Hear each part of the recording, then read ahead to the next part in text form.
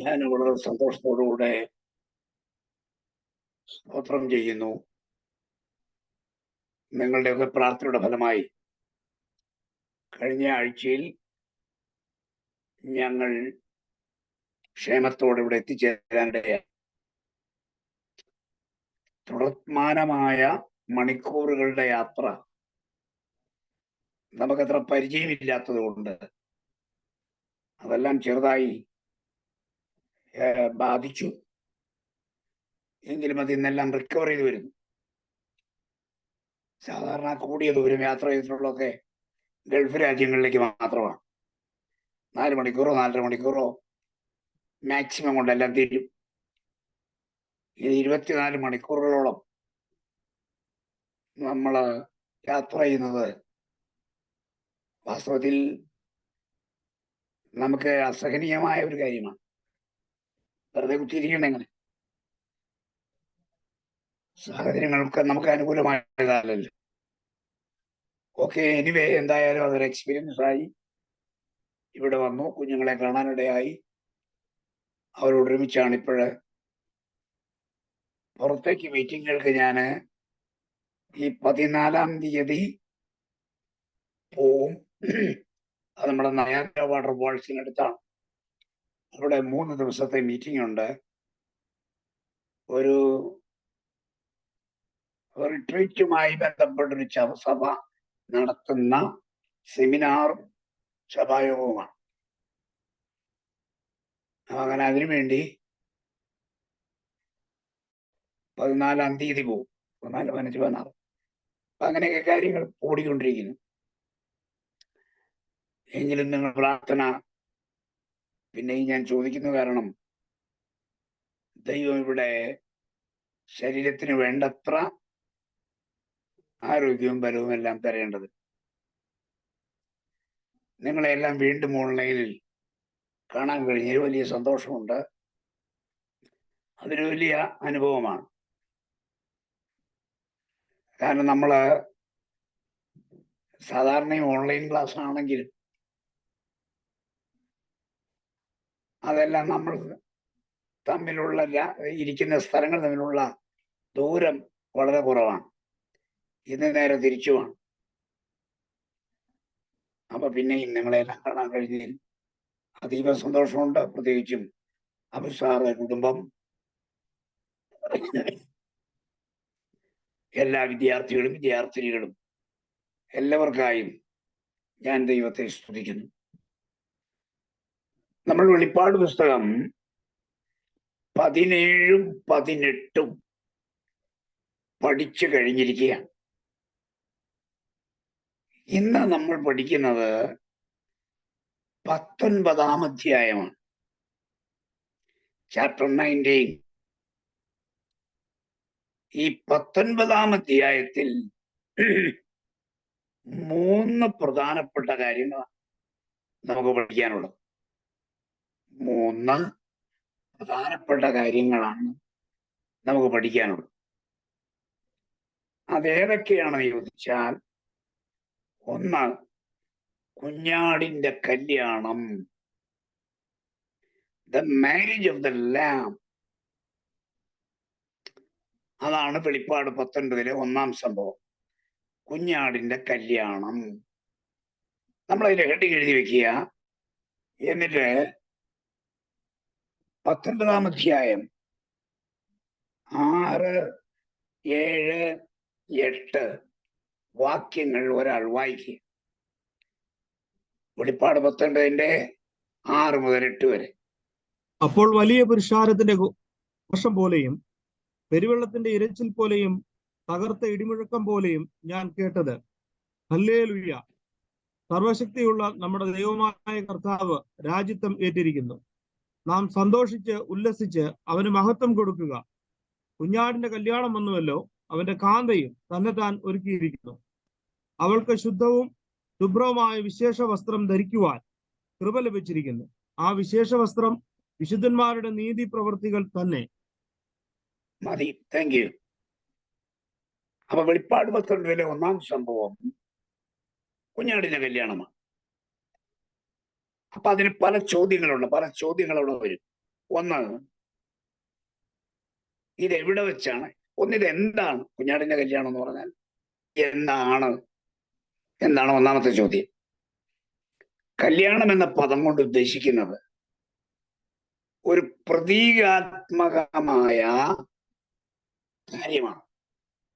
അക്ഷരിക അർത്ഥത്തിൽ ഇതിലെടുക്കരുത്. എന്നാ കാര്യം? കുഞ്ഞാട് എന്ന് പറയുന്നത് നമ്മുടെ കർത്താവായ യേശു ക്രിസ്തുവാണ്. കാൺവ എന്ന് പറയുന്നത് സഭയാണ്.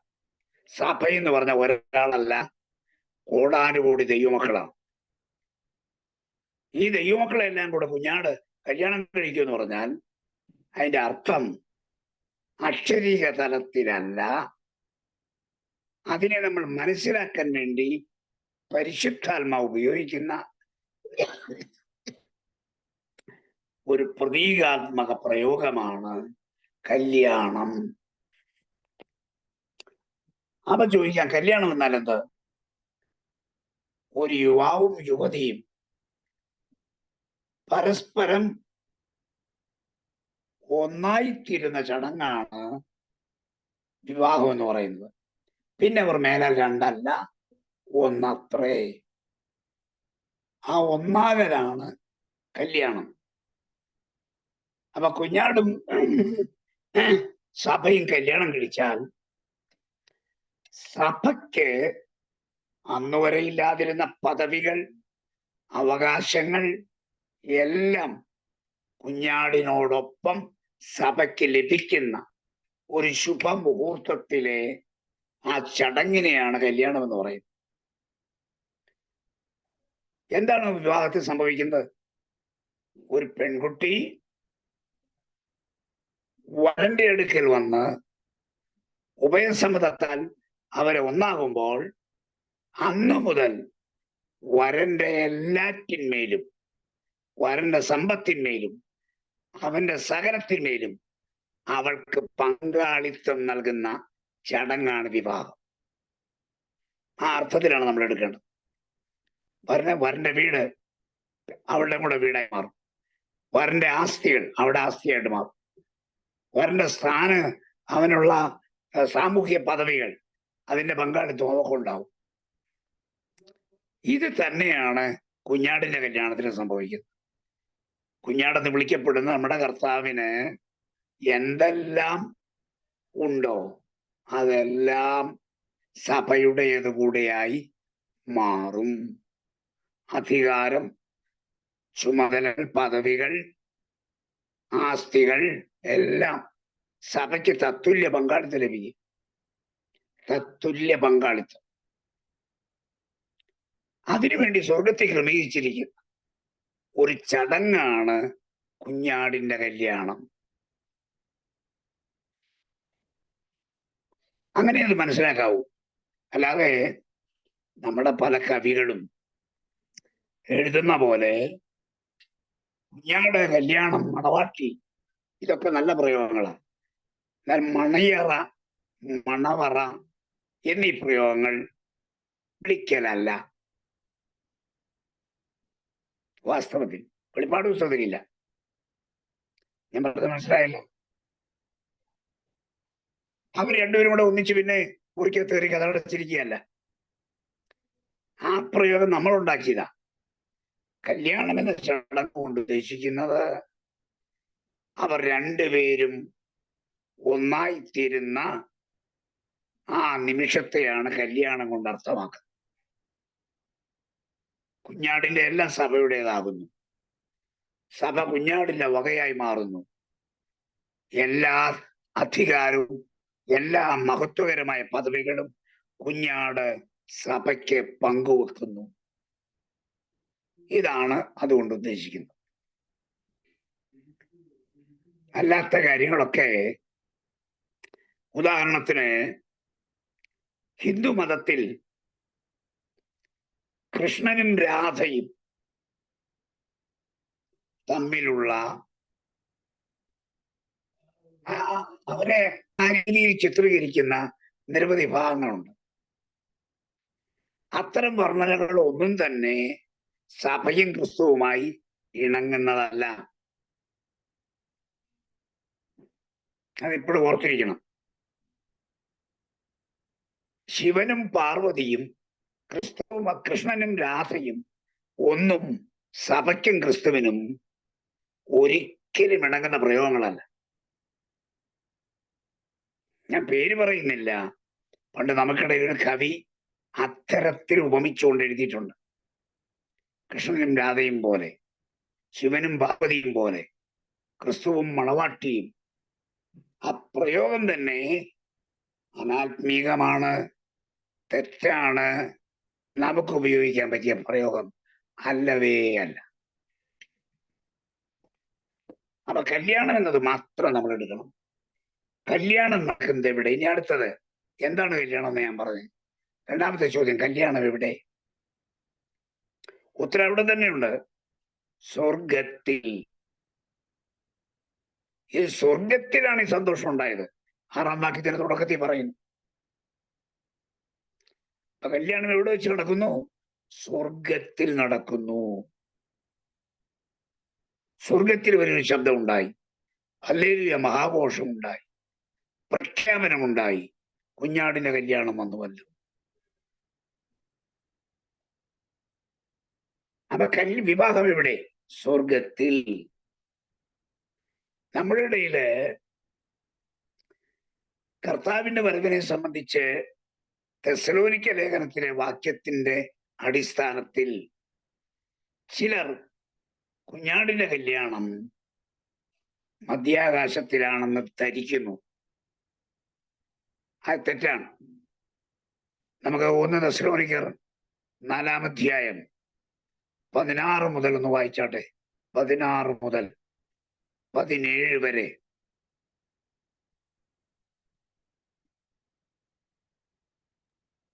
സാറേ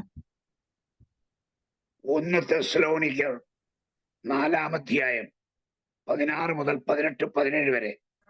കർത്താവ് ഗംഭീരനാദത്തോടും പ്രധാന ദൂതന്റെ ശബ്ദത്തോടും ദൈവത്തിന്റെ കാഹളത്തോടും കൂടെ സ്വർഗത്തിൽ നിന്ന് ഇറങ്ങി വരികയും ക്രിസ്തുവിൽ മരിച്ചവർ മുമ്പേ ഉയർത്തെഴുന്നേൽക്കുകയും ചെയ്യും. പിന്നെ ജീവനോട് ശേഷിക്കുന്ന നാം അവരോട് ഒരുമിച്ച് ആകാശത്തിൽ കർത്താവിനെ എതിരേൽപ്പാൻ മേഘങ്ങളിൽ എടുക്കപ്പെടും. ഇങ്ങനെ നാം എപ്പോഴും കർത്താവിനോടും കൂടെ ഇരിക്കും. ഈ വചനം കൊണ്ട് ആകാശത്തിൽ കർത്താവിനെ എതിരേൽപ്പാൻ മേഘങ്ങളിൽ എടുക്കപ്പെടും. ഇവിടെ പറയുന്ന കല്യാണത്തിന് വേണ്ടിയല്ല ഈ പോകുന്നത്, എതിരേൽപ്പാണ്. ഈ കല്യാണത്തിന് യഹൂദന്റെ കല്യാണവും നമ്മുടെ കല്യാണവും തമ്മിൽ വളരെ വ്യത്യാസം. നമ്മുടെ കല്യാണ രീതി അല്ല യഹൂദന്റെ കല്യാണ രീതി. 1 കൊല്ലം മുമ്പെങ്കിലും വിവാഹ നിശ്ചയം ചെയ്ത് കഴിഞ്ഞ് ഏതാണ്ട് 1 കൊല്ലം കഴിയുമ്പോഴാണ് വിവാഹം. ആ വിവാഹ ദിനത്തിൽ മണവാളന്റെ വീട്ടിൽ നിന്നും പുറത്തേക്ക് വരും. മണവാട്ടിയുടെ വീട്ടിൽ നിന്നും മണവാളന്റെ ഗൃഹത്തിലേക്കുള്ള യാത്രാ മധ്യേ എത്തും. മണവാളനും കൂട്ടരും വഴിയിൽ വെച്ച് മണവാട്ടിയെയും പ്രിയപ്പെട്ടവരെയും സ്വീകരിച്ച് അവിടെ വെച്ച് നടക്കുന്ന ചടങ്ങാണ് എതിരേൽപ്പ്. ആ എതിരേൽപ്പ് കഴിഞ്ഞ് മണവാളൻ മണവാട്ടിയെ കൂട്ടിക്കൊണ്ട് തന്റെ വീട്ടിലേക്ക് പോകും. ഇതാണ് യഹൂദന്റെ കല്യാണം.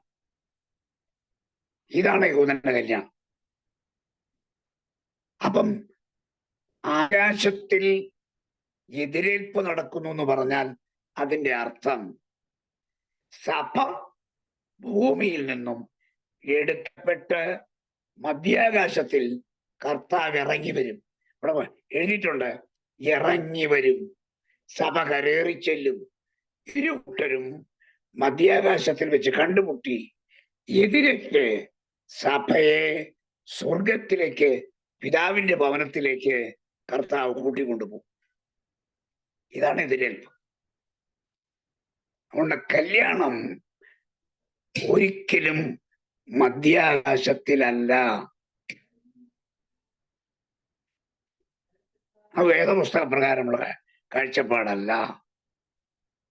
നമ്മുടെ അങ്ങനെ ഒരുപാട് പാട്ടുണ്ട്. മധ്യാകാശത്തിൽ മണിപ്പന്തലിൽ മണവാട്ടി സഭയുടെ വേലി നടക്കും. നമ്മളുടെ പാടുന്നൊരു പാട്ട് നിങ്ങൾ കേട്ടിട്ടുണ്ടാവുമല്ലോ. മധ്യാകാശത്തിൽ മണിപ്പന്തലിൽ മണവാട്ടി സഭയുടെ വേലി നടക്കും. എനിക്കറിയാവുന്ന ഒരുത്തർ ഇത് പാടിക്കൊണ്ട് നടക്കുമായിരുന്നു. ഞാൻ ഒരിക്കൽ അവനോട് ചോദിച്ചു, ഈ മധ്യാകാശത്തിൽ പന്തലിടുമെന്ന് അവിടെ വെച്ച് കല്യാണം നടക്കും, നിന്നോടാരാ പറഞ്ഞു? എനിക്ക് എവിടെ നിന്ന് കിട്ടിയ അറിയുന്നു? അവൻ പറഞ്ഞു, എന്റെ അച്ഛായ എല്ലാരും അങ്ങനെ പറയുന്നു, അതുകൊണ്ട് ഞാനും പറഞ്ഞുള്ളൂ. മധ്യാകാശത്തിൽ വിവാഹമില്ല, എതിരേൽപ്പേ ഉള്ളൂ. വിവാഹം മണവാളന്റെ വീട്ടിൽ വെച്ചാണ്, അത് സ്വർഗത്തിൽ വെച്ചാണ്. കാര്യം മനസ്സിലാവുന്നുണ്ടല്ലോ. തെറ്റുകൾ ആവർത്തിക്കരുത്. തെറ്റുകൾ നമ്മൾ പിന്തുടരുകയുമരുത്.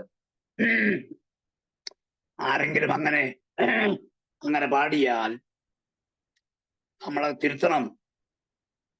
മധ്യാകാശത്തിൽ വിവാഹമില്ല, വിവാഹം സ്വർഗത്തിലാണ്. അവിടാണ് പിതാവിന്റെ ഭവനം. പിതാവിന്റെ ഭവനത്തിൽ വെച്ചാണ് വിവാഹം നടക്കുന്നത്. അപ്പൊ എവിടെയാണ് വിവാഹം? സ്വർഗത്തിലാണ് വിവാഹം. അതിന്റെ കാർമികൻ പിതാവായ ദൈവമാണ്. ദൂതന്മാർ ധാരാളം അതിന് സാക്ഷികളായിരിക്കും. അതാണ് ഇതിന്റെ ചടങ്ങെന്ന് പറയുന്നത്. ഇനി വിവാഹം അവിടെ വെച്ച് നടന്നിട്ട് വിവാഹത്തിന്റെ വിരുന്ന്, ഇതിന്റെ കല്യാണ സദ്യ എന്നൊരു വലിയ ചടങ്ങുണ്ട്. അതാണ് കുഞ്ഞാടിന്റെ കല്യാണത്തിന് ക്ഷണിക്കപ്പെട്ടവർ ഭാഗ്യവാന്മാർ. അല്ലെ, കുഞ്ഞാടിന്റെ കല്യാണം സദ്യ എവിടെയാണ്? വിരുന്ന് എവിടെയാണ്? അത് ഭൂമിയിലാണ്. വിവാഹം സ്വർഗത്തിലാണ്, വിരുന്ന് ഭൂമിയിലാണ്.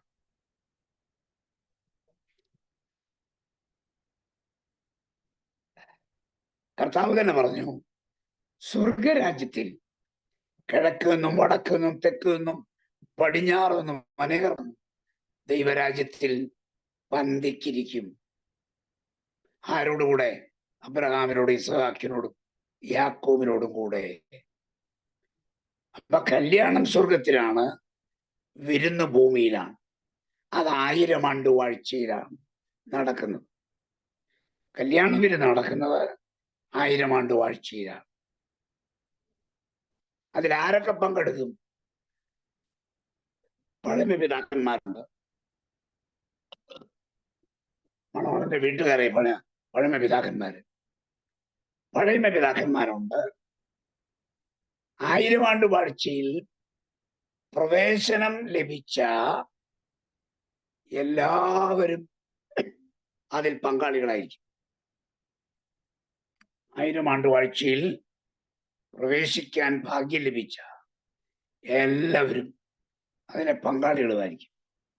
കുഞ്ഞാടിന്റെ കല്യാണ സദ്യ, അതിന് ക്ഷണിക്കപ്പെട്ടവർ ഭാഗ്യവാന്മാരാണ്. മത്തായി എഴുതി പറയുന്നുണ്ട്, മഹാരാജാവ് തന്റെ പുത്രന്റെ കല്യാണത്തിന് ആളുകളെ ക്ഷണിച്ചതായി പറയുന്നു. അങ്ങനെ 1000 ആണ്ട് വാഴ്ചയിൽ ഭൂമിയിൽ വെച്ച് നടക്കുന്ന കാര്യമാണ് കുഞ്ഞാടിന്റെ കല്യാണ സദ്യ.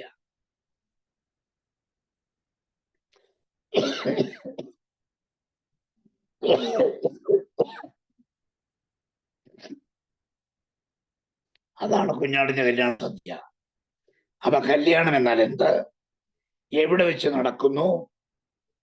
എപ്പോഴാണ് ഇതിന്റെ കല്യാണ വിരുന്ന്? ആരൊക്കെയാണ് ഇതിലെ ദമ്പതികൾ? കുഞ്ഞാട് സഭയുമാണ്. ഇതാണ് ഒന്നാം സംഭവം, കുഞ്ഞാടിന്റെ കല്യാണം.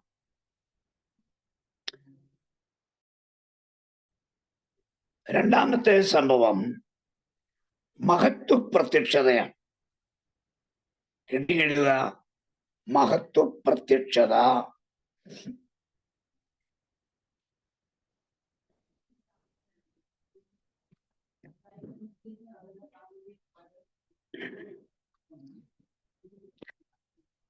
ഇത് വെളിപ്പാട് 19 11 മുതൽ 16 വരെ ഉള്ള വാക്യമാണ്. വെളിപ്പാട് 19 11 മുതൽ 16 വരെയുള്ള അനന്തരം വാക്യങ്ങൾ. മഹത്വ പ്രത്യക്ഷത. ഒരു വെള്ളക്കുതിര പ്രത്യക്ഷമായി, അതിന്മേൽ ഇരിക്കുന്നവന് വിശ്വസ്തനും സത്യവാനും എന്ന പേർ. അവൻ നീതിയോടെ വിധിക്കുകയും പോരാടുകയും ചെയ്യുന്നു. അവന്റെ കണ്ണ് അഗ്നിജ്വാല, തലയിൽ അനേകം രാജമുടികൾ, എഴുതിയിട്ടുള്ള ഒരു നാമവും അവനുണ്ട്. അത് അവനല്ലാതെ ആർക്കും അറിഞ്ഞുകൂടാ. അവൻ രക്തം തെളിച്ച് ഉടുപ്പ് ധരിച്ചിരിക്കുന്നു. അവന് ദൈവവചനം എന്ന് പേർ പറയുന്നു. സ്വർഗത്തിലെ സൈന്യം നിർമ്മലവും ശുഭ്രവുമായ വിശേഷ വസ്ത്രം ധരിച്ച് വെള്ളക്കുതിരപ്പുറത്ത് കയറി അവന് അനുഗമിച്ചു. ജാതികളെ വെട്ടുവാൻ അവന്റെ വായിൽ നിന്നും മൂർച്ചയുള്ള വാൾ പുറപ്പെടുന്നു. അവൻ ഇരുമ്പുകോൽ കൊണ്ട് അവരെ മേയിക്കും. സർവശക്തിയുള്ള ദൈവത്തിന്റെ കോപവും ക്രോധവുമായ പദ്യത്തിന്റെ ചക്ക് അവൻ മെതിക്കുന്നു.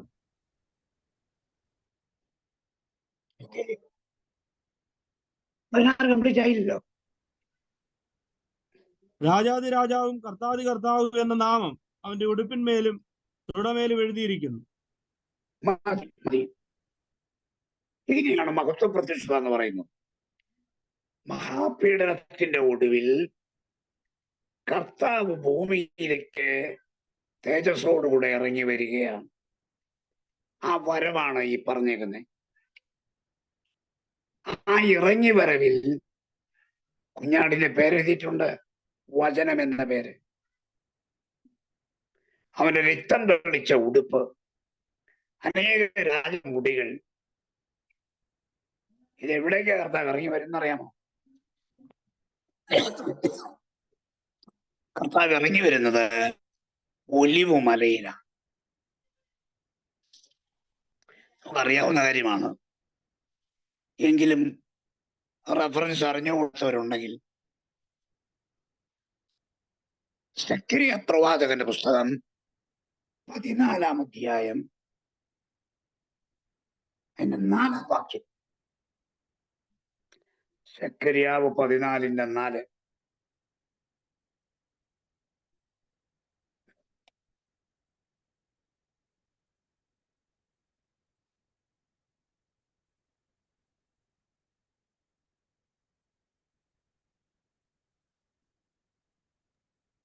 അന്നാളിൽ അവന്റെ കാൽ യെരൂശലേമിനെതിരെ കിഴക്കുള്ള ഒലിവുമലയിൽ നിൽക്കും. ഒലിവുമല കിഴക്കും പടിഞ്ഞാറുമായി നടുവെ പിളർന്നു പോകും. ഏറ്റവും വലിയൊരു താഴ്വര. മതി മതി മതി മതി. പക്ഷെ എവിടേക്കാണ് ഇറങ്ങി വരാൻ പോകുന്നത്? ഒലിവ് മലയിലേക്കാണ്. കർത്താവ് ഇവിടുന്നാണ് ഉയർത്തെഴുന്നേറ്റത്. സ്വർഗാരോഹണം ചെയ്തത് ഒലിവ് മലയിൽ നിന്നാണ്. എവിടെ നിന്നാണോ സ്വർഗാരോഹണം ചെയ്തത് അതേ ഇടത്താണ് കർത്താവ് വീണ്ടും വരാൻ പോകുന്നത്. മടങ്ങി വരുമ്പോൾ ഒലിവ് മല പിളർന്നിട്ട് അവിടെ ഒരു വലിയ താഴ്വരയുണ്ട്. ആ താഴ്വരയുടെ പേരാണ് മെദ്ദിഗോ താഴ്വര. ആ മെദ്ദിഗോ താഴ്വരയിൽ വെച്ചാണ് എതിർ ക്രിസ്തുവിന്റെ സൈന്യവും നമ്മുടെ കർത്താവും വിശുദ്ധന്മാരും തമ്മിൽ യുദ്ധം നടക്കുന്നത്. അതുകൊണ്ട് ആ യുദ്ധത്തെ ഹർമഗദോൻ യുദ്ധം എന്ന് വിളിക്കുന്നു. ഹർമഗദോൻ യുദ്ധം. മെദ്ദിഗോ താഴ്വരയിൽ നടക്കുന്ന യുദ്ധമായതുകൊണ്ട് വന്ന പേരാണ് ഹർമഗദോൻ. ഈ ഹർമഗദോനിൽ ഒരു വലിയ സംഹാരം.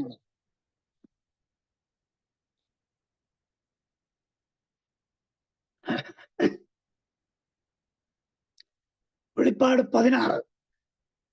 16 അധ്യായം അതിന്റെ 14 വാക്യം വായിക്കാം. 14 വാക്യം. ഇവ വെളിപ്പാട് 14:16. ഭൂതലത്തിലുമുള്ള രാജാക്കന്മാരെ സർവശക്തനായ ദൈവത്തിന്റെ മഹാദിവസത്തിൽ യുദ്ധത്തിന് കൂട്ടിച്ചേർക്കുവാൻ അത്ഭുതങ്ങളും ചെയ്തുകൊണ്ട് അവരുടെ അടുക്കലേക്ക് പുറപ്പെട്ടു വരുന്ന ദൂതാത്മാക്കൾ തന്നെ. അടുത്തോടെ വായിച്ചു. 15-16 വരെ. ഞാൻ കള്ളനെ പോലെ വരും. തന്റെ ലജ്ജ കാണുമാറ് നഗ്നനായി നടക്കാതിരിക്കുവാൻ എന്റെ ഉടുപ്പ് സൂക്ഷിച്ചും ജാഗരിച്ചും കൊള്ളുന്നവൻ ഭാഗ്യവാൻ.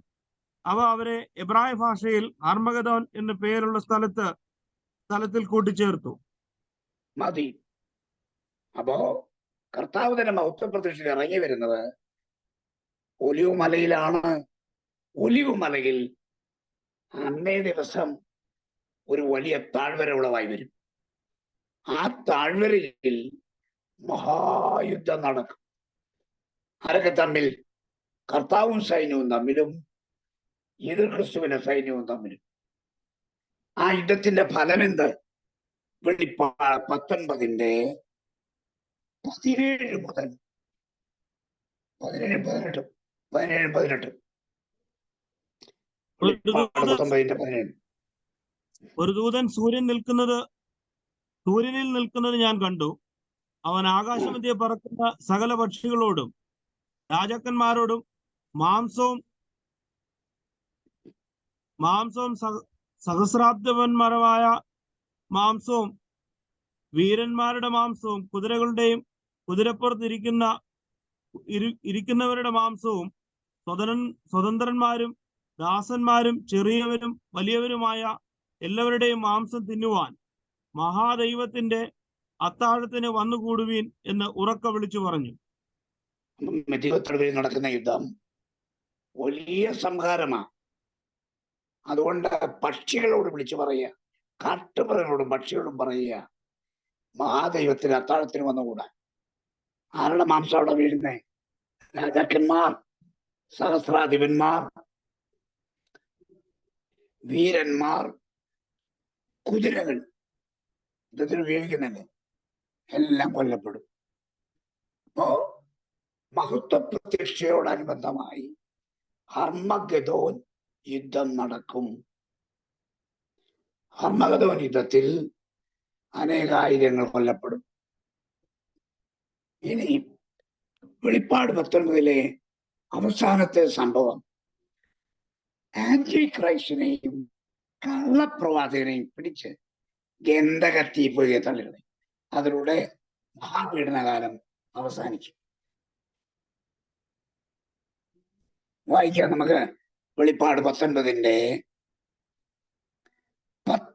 മുതൽ 21 വാക്യങ്ങൾ വായിക്കാം. കുതിരപ്പുറത്തിരിക്കുന്നവനോട് അവന്റെ സൈന്യത്തോടും യുദ്ധം ചെയ്യുവാൻ മൃഗവും ഭൂരാജാക്കന്മാരും അവരുടെ സൈന്യങ്ങളും ഒന്നിച്ചു വന്നുകൂടിയത് ഞാൻ കണ്ടു. മൃഗത്തെയും അതിന്റെ മുൻപാകെ താൻ ചെയ്ത അടയാളങ്ങളാൽ മനുഷ്യരെയും ചതിച്ചു. മൃഗത്തിന്റെ മുദ്ര ഏൽപ്പിക്കുകയും അതിന്റെ പ്രതിമയെ നമസ്കരിക്കുകയും ചെയ്ത കള്ളപ്രവാചകനെ പിടിച്ചുകെട്ടി ഇരുവരെയും ഗന്ധകം കത്തുന്ന തീപ്പൊയ്കയിൽ ജീവനോടെ തള്ളിക്കളഞ്ഞു.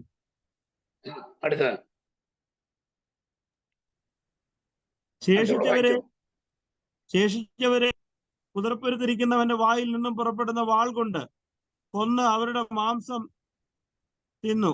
സകല പക്ഷികളും തൃപ്തി വന്നു. മതി. അപ്പൊ എന്താണ് മഹാദണ്ഡത്തിനൊടുവിൽ? സ്വർഗത്തിൽ കുഞ്ഞാടിന്റെ കല്യാണം, ഭൂമിയിൽ മഹത്വ പ്രത്യക്ഷത, ഹർമഗദോൻ യുദ്ധം, ഒടുവിൽ കള്ളപ്രവാചകനെയും എതിർ ക്രിസ്തുവിനെയും ഗന്ധകത്തിലേക്ക് തള്ളി ശേഷിക്കുന്നവരെ കൊന്നു. അവരുടെ മാംസം തിന്ന് സകല പക്ഷികൾക്കും തൃപ്തി വന്നു. അവ നോക്കൂ, ഇതാണ് മഹാപീഡനകാലത്തിന്റെ ഒടുവിൽ സ്വർഗത്തിലും ഭൂമിയിലും സംഭവിക്കുന്ന കാര്യം. ഈ ഒരു പഠനങ്ങൾ പറയുന്നത് ഇസ്രയേലിലും അതിന്റെ പരിസരങ്ങളിലും ധാരാളം കഴുകന്മാർ വെറ്റുവരികയാണെന്നാണ്.